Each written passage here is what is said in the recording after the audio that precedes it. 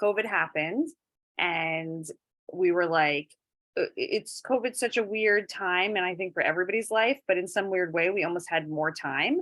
We had the ability to, you know, use Zoom, learn Zoom and use Zoom in such a positive way. So once it happened, we started Zooming once a week and just writing. Um, which became somewhat therapeutic in some ways. I don't know if we had at the first, we were just writing about our experience with teaching, and each week we would just be like, hey, let's write about classroom management today. And we would both just like write stories about classroom management. Let's write about our curriculum today. Let's write about mentors, this not today, the week. We give each other homework every week. Mhm. And then it's a crazy story how we ended up getting actually in touch with Josie Bass and Wiley, which is also a small world like educational story too.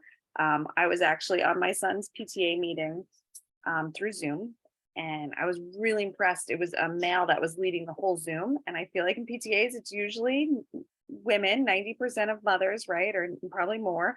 But this man was running the PTA meeting, and he was getting people to talk through Zoom. And I was like, damn, like, when I'm on Zooms, it's always so hard to get people to engage and talk, but he was calling people out, getting everybody going.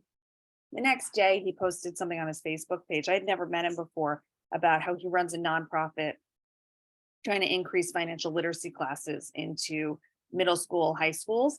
And so I reached out to him and was like, I would love to learn more about your program. I'd love to get this for my school. And I did. I ended up having one of my students participate in his financial literacy program.